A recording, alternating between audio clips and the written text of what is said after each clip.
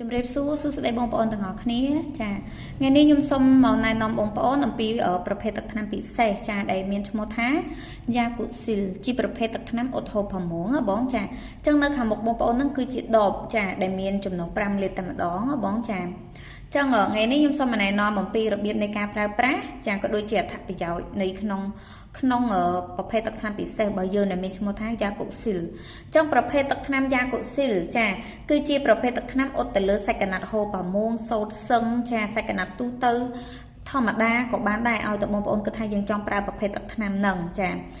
យើងប្រើបានទៅលើប្រភេទអាវក្រូសេអាវធំអីបានដូចគ្នាបងចាអញ្ចឹងសម្រាប់ប្រភេទទឹកថ្នាំយ៉ាកូស៊ីលអ៊ុតហូប៉ាម៉ូងរបស់យើងចាគឺជាប្រភេទទឹកថ្នាំដែលយើងផ្ដោតខ្លាំងទៅលើសាច់ក្រណាត់ចាធ្វើឲ្យសាច់ក្រណាត់ហាប់ម៉ត់តុនរលោងម៉ត់ខៃល្អដូចសាច់ក្រណាត់ភ្លឺល្អដូចថ្មីអញ្ចឹងបងចាអញ្ចឹងឥឡូវយើងចូលមកដល់របៀបនៃការប្រើប្រាស់ចាសម្រាប់របៀបនៃការប្រើប្រាស់ប្រភេទយ៉ាកូស៊ីលទឹកថ្នាំអ៊ុតហូប៉ាម៉ូងរបស់យើងតែម្ដងហ្នឹងចាសម្រាប់របៀបនៃការប្រើប្រាស់គឺងាយខ្លាំងមែនតើបងចាងាយខ្លាំងមែនតើចានៅពេលដែលបងប្អូនទាំងអស់គ្នាមុននឹងធ្វើការប្រើប្រាស់គឺយើងត្រូវតែមានដបបាញ់មួយដែលមានក្បាលសាច់ល្អប្រភេទដបបែបណាក៏បានប៉ុន្តែឲ្យតែមានក្បាលសាច់ល្អណាបងចាឲ្យតែជាប្រភេទដបបាញ់ដែលមានក្បាលសាច់ល្អ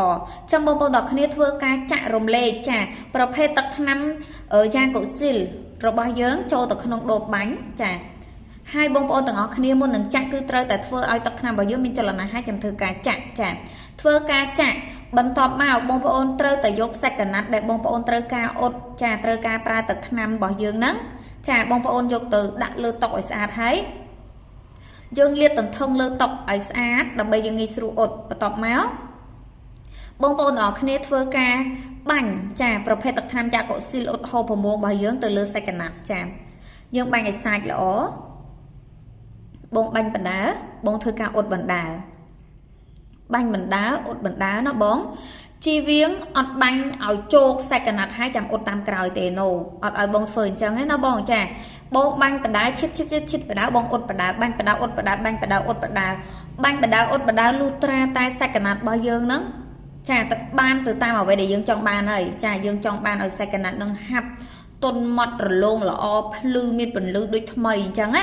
ចាអញ្ចឹងបងបាញ់បដៅអ៊ុតបដៅបាញ់បដៅបងបាញ់កន្លែងណាបងអ៊ុតកន្លែងហ្នឹងបងបាញ់កន្លែងណាបងអ៊ុតកន្លែងហ្នឹងណាបងអត់បាញ់ឲ្យជោគហើយចាំអ៊ុតទេចាបងធ្វើការបាញ់កន្លែងណាបងធ្វើការអ៊ុតកន្លែងហ្នឹងបាញ់កន្លែងណាអ៊ុតកន្លែងហ្នឹងឲ្យឆ្អិនល្អចាអ៊ុតឲ្យឆ្អិនល្អណាបងចាដើម្បីទទួលបានជាមួយនឹងភាពស្រស់ស្អាតចាចឹងសម្រាប់របៀបនៃការប្រើប្រាស់ចាគឺបងប្អូនងាយណាស់បាញ់បដៅអ៊ុតបដៅយើងបាញ់កន្លែងណាយើងត្រូវទៅអ៊ុតកន្លែងហ្នឹងចាដាក់សាច់ក្រណាត់ដែលយើងត្រូវអ៊ុតហ្នឹងលាតទន្ទឹងទៅលើតុអ៊ុតរបស់យើងដើម្បីធ្វើការអ៊ុតស្រួលណាបងចាចាំបងប្អូនបាញ់បដៅអ៊ុតបដៅលុះត្រាតែបាននៅអ្វីដែលយើងចង់បានហើយចាំយើងធ្វើការឈប់បាញ់ណាបងចាចឹងសម្រាប់អត្ថប្រយោជន៍នៃប្រភេទយ៉ាកូស៊ីលជាប្រភេទទឹកថ្នាំអ៊ុតហូប៉ាម៉ូងរបស់យើងចាយើងប្រើបានគ្រប់ប្រភេទសាច់ក្រណាត់តែម្ដងចាយើងប្រើបានគ្រប់ប្រភេទសាច់ក្រណាត់ហូប៉ាម៉ូងសូត្រសឹងចាសាច់ក្រណាត់ធម្មតាដែលយើងត្រូវការប្រើទឹកថ្នាំចាប្រភេទអាវធំអាវក្រូសេចាប្រើបានទាំងអស់ចាយើងប្រើបានទាំងអស់ចឹងសម្រាប់អត្ថប្រយោជន៍នៃទឹកថ្នាំយ៉ាកូស៊ីលថ្នាំអ៊ុតហូប៉ាម៉ូងរបស់យើងចាគឺជួយឲ្យសាច់ក្រណាត់ហាប់ម៉ត់ខៃចាតុនរលោងភ្លឺដូចសាច់ក្រណាត់ថ្មីអញ្ចឹងបងចានៅពេលដែលបងប្អូនទាំងអស់គ្នាបានប្រើប្រាស់ចា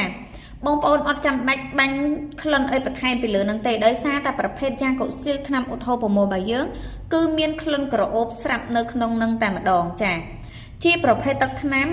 ចាប៉ុន្តែមិនមែនជាប្រភេទទឹកថ្នាំដែលធ្វើឲ្យយើងមានអារម្មណ៍ថារំខានយើងគ្រាន់តែលឺទឹកថ្នាំនឹងហាក់ចង់ប្រើទេបងចាណូសម្រាប់ប្រភេទយ៉ាកូស៊ីលទឹកថ្នាំអ៊ុតហូប៉ាម៉ូងរបស់យើងគឺជាប្រភេទទឹកថ្នាំដែលមានពណ៌សហើយមានក្លិនក្រអូបជាប់សាច់ក្រណាត់តែម្ដងនៅពេលបងប្អូនទាំងគ្នាធ្វើការប្រើប្រាស់ឲ្យបាញ់ទៅលើសាច់ក្រណាត់ដែលយើងត្រូវអ៊ុតចាចឹងបងប្អូនអត់ចាំបាច់ប្រើអីបន្ថែមទៀតទេចាអត់ចាំបាច់ប្រើអីបន្ថែមទៅលើសាច់ក្រណាត់ហូប៉ាម៉ូងរបស់យើងទេចាឬក៏សាច់ក្រណាត់ដែលយើងត្រូវការអ៊ុតទេបងចាព្រោះអីនៅក្នុងហ្នឹងគឺមានក្លិនក្រអូបជាប់សាច់ក្រណាត់ស្រាប់ទៅហើយនៅពេលបងប្អូនធ្វើការអ៊ុតចាក្លិនគឺក្រអូបខ្លាំងមែនតើបងនៅពេលដែលបងប្អូនបានប្រើប្រាស់នឹងយល់អញ្ចឹងសម្រាប់បងដែលគាត់ ប្រើប្រាស់នៅតាមហាងអ៊ុតឬក៏មិនថាបងមានតម្រូវការប្រើប្រាស់នៅផ្ទះចាបងមួយចំនួនចាគាត់មានម៉ាស៊ីនអ៊ុតតុកអ៊ុតនៅខ្លួន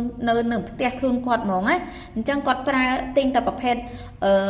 ទឹកថ្នាំយ៉ាកូស៊ីលអ៊ុតហូបប្រមូលនឹងទៅប្រើក៏អូខេដែរបងចាឲ្យតែបងយល់ដឹងពីរបៀបនៃការប្រើប្រាស់ប៉ុន្តែឥឡូវអត់មានអីពិបាកអេចាបងមើលតែក្នុងវីដេអូហ្នឹងក៏ចេះប្រើដែរបងសម្រាប់របៀបនៃការប្រើប្រាស់ណាចាអញ្ចឹងគឺចំណេញខ្លាំងមែនតើបងនៅក្នុងមួយដុំហ្នឹងចំណុះ5លីត្រចាគឺយើងអ៊ុតបានច្រើនសាច់កណាត់ខ្លាំងមែនតើបងចា